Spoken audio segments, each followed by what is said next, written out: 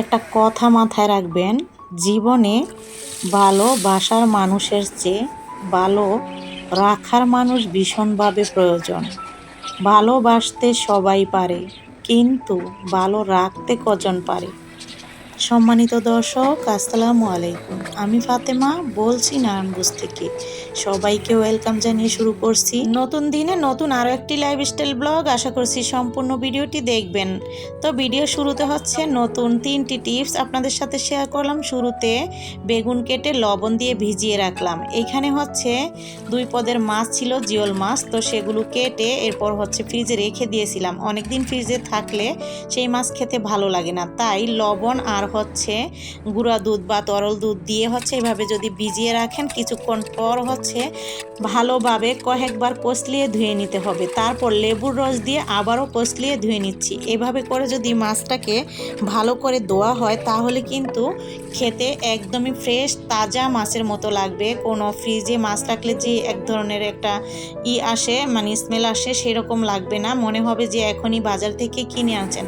এরপরের টিপস হচ্ছে ফ্লোরে এরকমভাবে দাগ পড়ে থাকে, সেটা হচ্ছে এরকম বিক্সিসল দিয়ে হচ্ছে আপনারা শুধু বিক্সিসল দিয়ে এভাবে ঢলে নিলেই কিন্তু ক্লিন হয়ে যাবে।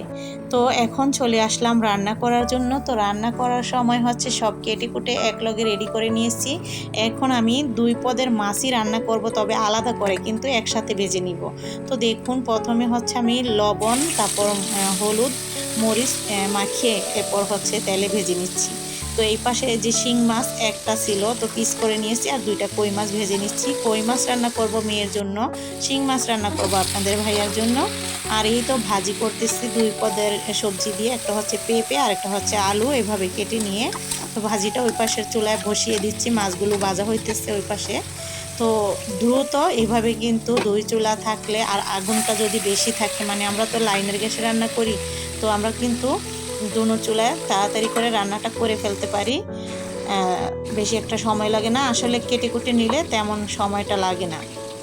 সাইফুলের জন্য হচ্ছে চিকেন রান্না করব। এখানে দিয়ে দিলাম হচ্ছে পেঁয়াজ কুচি, তারপর গরম মশলা, তেজপাতা আর মরিচের গুঁড়া, জিরা, ধনিয়া গুঁড়া, হলুদ গুঁড়া আর স্বাদ মতো লবণ।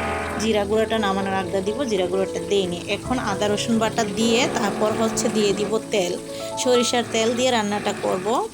তো এভাবে মাখিয়ে রান্না করলে খেতে ভালো লাগে, কিন্তু ভেজে রান্না করাটা ভালো বেশি, যেহেতু ব্রয়লার মুরগি। তবে হচ্ছে এইভাবে রান্না করলে সাইফুল পছন্দ করে। ভাজলে যে একটু শক্ত হয়ে যায়, সেটা আবার ওর ভালো লাগে না খেতে। তো এখন হাতটা ধুয়ে হচ্ছে একটু পানি দিয়ে দিয়েছি। আর এই তো মাছ কিন্তু ফ্রাই করা হয়ে গেছে। এখন হচ্ছে নিয়ে নিলাম নামিয়ে।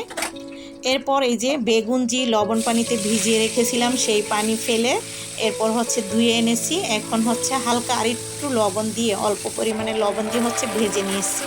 তারপর এই পাশে যে আমি ভাজিটা বসিয়েছিলাম সেটা আবার নাড়তে আসলাম। তো ধনিয়া পাতা আর হচ্ছে পাঁচফোড়ন গুঁড়া দিয়ে দিয়েছি। এটা দিলে ভাজিটা খেতে অনেক ভালো লাগে। তো আমি হচ্ছে পেঁয়াজ কুচি দিয়েছিলাম। তো শেফালি হচ্ছে ঘরের যে ক্লিন করতেছিল ওই যে টাইসের, সেগুলো একটু পরপর যে আমি চেক করি, দেখি। তো আস্তে আস্তে পেঁয়াজটা আবার বেশি হয়ে গেছে। যাই হোক, মশলাপাতি দিয়ে আমি হচ্ছে হলুদ গুঁড়া, মরিচ গুঁড়া, আদা রসুন বাটা এইসব দিয়ে হচ্ছে ভালো করে মশলাটা কষিয়ে নিলাম। এরপর ভাজা মাছগুলো আর হচ্ছে ভাজা বেগুনগুলো দিয়ে দিলাম। এখন ঝোলের পানিটা অল্প পরিমাণে দিচ্ছি, যেহেতু দোনোটাই ভাজা। শুধু মশলাটা আমি অফ ক্যামেরায় ভালো করে কষিয়ে নিয়েছিলাম। যত মশলাটা কষাবেন ততই ভালো লাগবে। তো এইখানে হচ্ছে আমি ধনিয়া পাতা আর ভাজা জিরা গুঁড়া দিয়ে দিচ্ছি। একটু পরেই নামিয়ে নিব, ডাকনা দিয়ে ডেকে দিলাম। আর এই তো ডাকনা তুলে আবারও নেড়ে দিলাম। আর এই তো শিং মাছের তরকারিটাকে নামিয়ে নিয়ে এখন ওই যে মাংস যে মাখিয়ে রেখেছিলাম সেটা বসিয়ে দিয়ে এই পাশে আবার কই মাছ রান্না করার জন্য পেঁয়াজ দিয়ে দিয়েছি, আদা রসুন বাটা দিয়ে দিয়েছি, কাঁচামরিচ দিয়েছি। মেয়ের জন্য হালকা আর কি ঝাল দিয়ে রান্না করব। তো মরিচটা তেমন ঝাল না, তো ওই হচ্ছে এখানে লবণ, হলুদ গুঁড়া, মরিচ গুঁড়া, মানে মরিচটা দিয়েছি, মরিচ গুঁড়াটা দিয়ে নিই। ভালো করে মশলাটা কষিয়ে নিয়ে তারপর হচ্ছে আমি এখন দিয়ে দিলাম মাছটা দেওয়ার পর আমি এখানে ঝোলের পানি অল্প পরিমাণে দিব, যেহেতু এই মাছটাও ভাজা। তো এখন হচ্ছে এই যে পানিটা দিলাম, পানিটা দিয়ে ভালো করে নেড়ে চেড়ে হচ্ছে আমি ভাজা জিরা গুঁড়া দিয়ে ধনিয়া পাতা দিয়ে নামিয়ে নিব, যেহেতু ভুনা করব। আর ওই পাশে যে মাংস তরকারিটা বসিয়েছি সেটা আমি নেড়ে দিচ্ছি। আর এই তো ভালো করে হচ্ছে উল্টিয়ে পাল্টিয়ে এপাশের মাছটাও নেড়ে দিচ্ছি। এভাবে করে হচ্ছে তাড়াহুড়ো করে রান্না করা যায়, খুবই কম সময়ের ভিতরে সব রেডি করলে কিন্তু দুই চুলায় তাড়াতাড়ি করে রান্নাটা সেরে ফেলা যায়। আমি সেইভাবেই করি। তো এখন দিয়ে দিলাম হচ্ছে ধনিয়া পাতা, ওই যে বড় ধনিয়া পাতা যেটা, এখন তো গুঁড়াটা তেমন ভালো না পাওয়া যায়, তবে একদিনের বেশি রেখে খাওয়া যায় না, আর কেমন জানি তেমন একটা গ্রানও আসে না সেটা থেকে।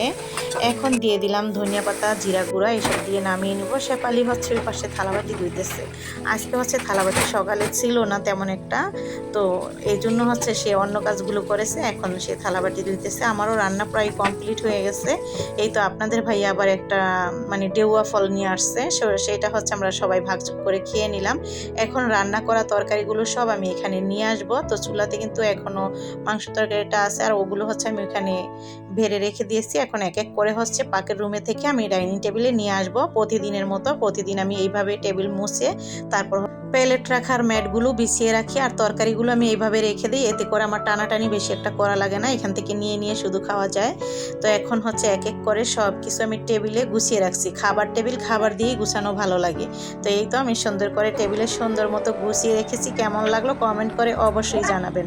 ভিডিওটা এতক্ষণ যারা আমার সঙ্গে দেখতেছেন তাদেরকে অসংখ্য ধন্যবাদ। যারা এখনও আমার চ্যানেলটিকে সাবস্ক্রাইব করেননি, প্লিজ আমার চ্যানেলটিকে আপনারা সাবস্ক্রাইব করে দিবেন। যারা আমার পেজ থেকে দেখছেন প্লিজ আমার পেজটাকে ফলো দিয়ে রাখবেন। আল্লাহ হাফেজ।